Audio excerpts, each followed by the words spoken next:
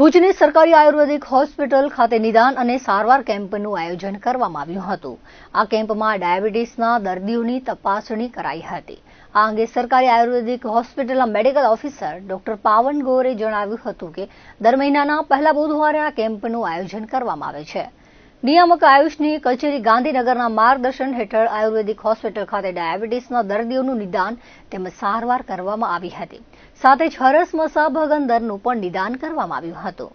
તેમજ ટીબી હોસ્પિટલના સહયોગથી શંકાસ્પદ દર્દીઓની એક્સ-રેની નિઃશુલ્ક તપાસ કરાઈ હતી। અંદાજિત આ કેમ્પનો 150થી વધુ દર્દીઓએ લાભ લીધો હતો અને 50થી વધુ જેટલા દર્દીઓની એક્સ-રેની તપાસ કરાઈ હતી તેવું વધુમાં ઉમેર્યું હતું। દર મહિનાના પહેલા બુધવારે નિયામક શ્રી આયુષની કચેરી ગાંધીનગરના માર્ગદર્શન હેઠળ સરકારી આયુર્વેદ હોસ્પિટલ ભુજમાં નિઃશુલ્ક ડાયાબિટીસ નિદાન અને સારવાર કેમ્પનું આયોજન કરવામાં આવે છે, જે અંતર્ગત ડાયાબિટીસની સાથે સાથે હરસ મસા ભગંદરનું પણ નિદાન સારવાર કેમ્પ રાખવામાં આવેલ છે અને ટીબી હોસ્પિટલ ભુજના સહયોગથી જે શંકાસ્પદ દર્દીઓ જણાય એમના માટે એક્સ-રેની તપાસ પણ નિઃશુલ્ક કરી આપવામાં આવે છે। અત્યાર સુધી અંદાજિત 150 જેટલા દર્દીઓએ સારવારનો લાભ લીધેલો છે અને જેની અંદર 50 જેટલા દર્દીઓની આપણે એક્સ-રેની તપાસ કરેલ છે। દર મહિનાના પહેલા બુધવારે સરકારી Ayurveda hospital Sarpat gate police parade ગ્રાઉન્ડની સામે હોસ્પિટલ આવેલી છે, ત્યાંનો કેમ્પનું આયોજન કરવામાં આવે છે। સાથે સાથે રૂટીન ઓપીડીમાં પણ ડાયાબિટીસની સારવાર કરવામાં આવે છે। વાગડ એટલે વન વગડાનો પ્રદેશ, ચારે દિશામાં અફાટ રણ વિસ્તાર અને વચ્ચે ખેતરો સિઝન પ્રમાણે પાકથી લહેરાઈ રહ્યા છે। તાલુકાના 97 ગામ અને 265 વાંડ વિસ્તાર ખેતી આધારિત છે। નવેક વર્ષથી રાપર તાલુકામાંથી નર્મદા કેનાલની કચ્છની જીવાદોરી સમાન કેનાલ વહી રહી છે। ત્યારે જૂનવાણી કહેવત છે કે વર્ષે તો વાગડ ભલો, કચ્છડો બારે માસ। હવે આ કહેવત વાગડ વિસ્તાર માટે ખોટી સાબિત થઈ રહી છે। નર્મદાની કચ્છની બ્રાન્ચ કેનાલથી દર વર્ષે ઉનાળુ, ચોમાસું, શિયાળામાં પુષ્કળ પ્રમાણમાં સિઝન મુજબ વાવેતર કરવામાં આવે છે, જેના લીધે વાગડનો ખેડૂત હવે બે પાંદડે થયો છે। આ વર્ષે રાપર તાલુકામાં રવિ પાકનું વાવેતર કરવામાં આવ્યું છે। રાપર તાલુકા ખેતીવાડી અધિકારી ભરતભાઈ શ્રીમાળીએ જણાવ્યું હતું કે રાપર તાલુકામાં આ વર્ષે રવિ પાકના વાવેતરમાં ઘઉં 7,715, ચણા 580, રાયડો 8,969, જીરું 40,610, ધાણા 10, ઈસબગુલ 2,675, વરિયાળી 2,675, અજમો 695, શાકભાજી 630 અને ઘાસચારાનું 7,005 હેક્ટર મળી કુલ 71,600 હેક્ટરમાં વાવેતર કરવામાં આવ્યું છે। ખેડૂતો આગેવાન અને ચેમ્બર ઓફ કોમર્સના મહામંત્રી પ્રકાશ પટેલે જણાવ્યું હતું કે વાગડ વિસ્તારમાં રવિ પાકના લીધે ખેડૂતો પગભર થયા છે। રાપર તાલુકા પ્રાથમિક શિક્ષક સંઘના પ્રમુખ અને ખેડૂત અર્જણ ડાંગરે જણાવ્યું હતું કે રાપર તાલુકામાં રવિ પાકના જીરુનું ઉત્પાદન ખેડૂત દ્વારા કરવામાં આવે છે। આ જીરું ઊંઝાના ગંજ બજારમાં ખેડૂતો વેચાણ કરવા માટે જાય છે। ઉપરાંત રાપર ખેતીવાડી ઉત્પન્ન બજાર સમિતિ ખાતે તથા આસપાસના ગ્રામ્ય વિસ્તારોમાં જથ્થાબંધ અનાજના વેપાર કરતા વેપારીઓને પણ વેચાણ આપવામાં આવે છે। ખેડૂતો, મજૂરો અને ખેત મજૂર તથા વેપારી વાગડ વિસ્તારના ખેતી દ્વારા પગભર બનવા લાગ્યા છે। રાપર તાલુકાનું જીરું રાજ્યનું સૌથી સારામાં સારું જીરું છે અને દર વર્ષે કરોડો રૂપિયાની ઉપજ ખેડૂતો રવિ પાક દ્વારા કરી રહ્યા છે। રાપર તાલુકો ખેતી આધારિત છે અને કોઈ આવકનું અન્ય સાધન નથી। ખેતી અને મુંબઈ પર ખરો આધાર રાપર તાલુકાના લોકો રાખી રહ્યા છે। વાગડ વિસ્તારમાં આ વર્ષે રવિ પાકનું વિપુલ પ્રમાણમાં ઉત્પાદન થશે। વર્ષે તો વાગડ ભલો, નહીં તો કચ્છડો બારેમાસી કહેવત અત્યારના સમયમાં જોવા જઈએ તો ખોટી પડી છે। મા નર્મદા મૈયાના પાણીના કારણે રાપર તાલુકામાં અત્યારે શિયાળુ પાકમાં જીરું છે, રાયડો છે, એરંડા છે, ઈસબગુલ છે, વરિયાળી છે, અજમો છે, એનું મબડાક વાવેતર થયું છે અને એના કારણે રાપર તાલુકાના ખેડૂતોની પણ આવકમાં ખૂબ સારો વધારો થયો છે અને રાપર જનરલ જે કહેવાય વેપારી વર્ગ પણ ખેતી આધારિત જ વેપાર પણ રહેલા છે, તો એના કારણે પણ વેપારમાં પણ સારો એવો ફાયદો થયો છે નર્મદા મૈયાના આવવાને કારણે। હાલે અત્યારની બજાર કિંમત મુજબ હાલે રવિ પાકમાં ભાવ શું ચાલતા હશે અને ખેડૂતોને તેનાથી શું ફાયદો થાય છે? હાલે તો અત્યારે જીરાની બજાર પણ સારી છે। 40 કિલોના 8,000 આસપાસની બજાર છે, ઈસબગુલના પર 40 કિલોના 6,000, રાયડો છે 2,000 આસપાસની બજાર છે અને સરકારશ્રી ટેકાના ભાવે પણ રાયડાની અને ઘઉંની ખરીદી કરતી હોય છે।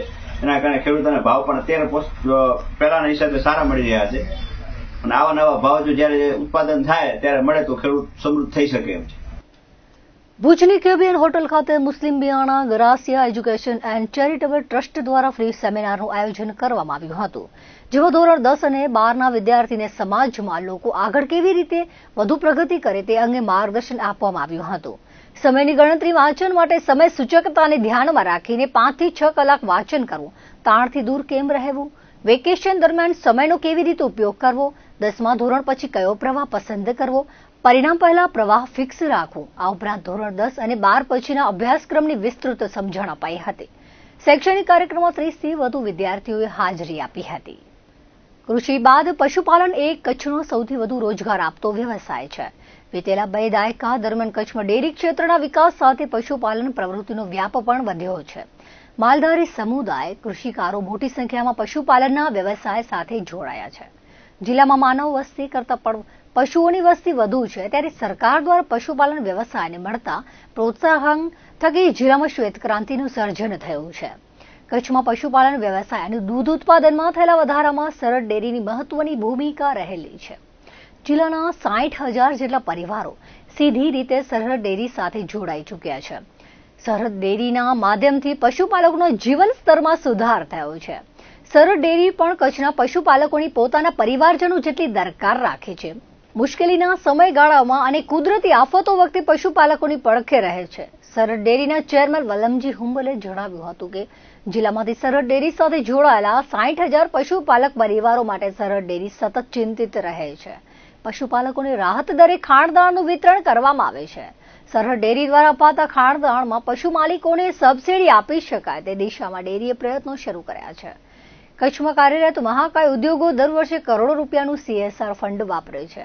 આ ફંડમાંથી કેટલોક હિસ્સો સરહદ ડેરીને મળે તો પશુપાલકોને અપાતા ખાણદાણમાં સબસિડી આપી 60,000 પશુપાલક પરિવારોને સીધી રાહત આપી શકાય છે. ઉપરાંત આ પ્રક્રિયા પારદર્શક હોવાથી CSR ફંડનો એક રૂપિયો સાચા લાભાર્થીઓને મળતો થશે. વધુમાં જણાવ્યું હતું કે હાલે કચ્છમાં પશુ માલિકોને 5ના ભાવે સૂકો ચારો મળી રહ્યો છે. શિયાળાની સિઝન દરમિયાન સૂકા ચારાના ભાવ ખૂબ નીચા હોવાથી સરહદ ડેરી અંદાજિત 5 કરોડના સૂકા ચારાની ખરીદી કરી તેનો સંગ્રહ કરવાની દિશામાં પ્રયાસરત થઈ છે. જો ઘાસચારાના સંગ્રહ માટેની વ્યવસ્થા થઈ શકશે તો હાલે ખરીદ કરેલ સૂકો ચારો ઉનાળાની સિઝનમાં જ્યારે સૂકા ચારાના ભાવ બમણા કે તેથી વધુ થઈ જતા હોય છે, ત્યારે પશુપાલકોને ન નફો ન નુકસાનના ધોરણે પહોંચાડવાની યોજના પર વિચાર થઈ રહ્યો છે. એક વખત આ કાર્ય શરૂ થશે તો તે નાણાંને સૂકા ચારાની ખરીદી માટે અનામત રાખી દર વર્ષે આ પ્રકારે પશુ માલિકોના હિતાર્થે કામગીરી કરવાનું વિચારધીન હોવાનું તેમણે વધુમાં ઉમેર્યું હતું. અમરેલી ખાતે પાટીદાર દીકરી સાથે થયેલ અન્યાય મુદ્દે કચ્છના સમસ્ત પાટીદાર સમાજમાં આક્રોશ ફેલાયો છે. સમાજના ભાઈઓ દ્વારા દીકરીને ન્યાય મળે તે માટે મુખ્યમંત્રી વતી ગાંધીધામ મામલતદારને આવેદનપત્ર પાઠવ્યું હતું. સમાજની દીકરીને ન્યાય આપવા રજૂઆત કરાઈ હતી. આ વેળાએ મોટી સંખ્યામાં સમાજના આગેવાનો હાજર રહ્યા હતા. ગાંધીધામ અંજાર સમસ્ત પાટીદાર સમાજ અહીંયા એકઠો થયો છે અને બહોળી સંખ્યાની અંદર અહીંયા યુવાનો, વડીલો આજે અમરેલીની અંદર જે છેલ્લા એક અઠવાડિયાની અંદર જે ઘટના ઘટી પાટીદાર દીકરી ઉપર ભાજપના નેતાઓના અંદરના ઝઘડાના બાબતે એક નિર્દોષ બાળકી, એક કુંવારી દીકરીની જે સંડોવણી કરવામાં આવી છે એ બાબતે જે દીકરીનું સરઘસ કાઢવામાં આવ્યું અને જે દીકરી ઉપર કેસ દાખલ કરવામાં આવ્યો એ બાબતે આજે મામલતદાર કચેરી ખાતે સર્વે પાટીદાર સમાજના યુવાનો, વડીલોએ આજે આવેદનપત્ર આપ્યું છે.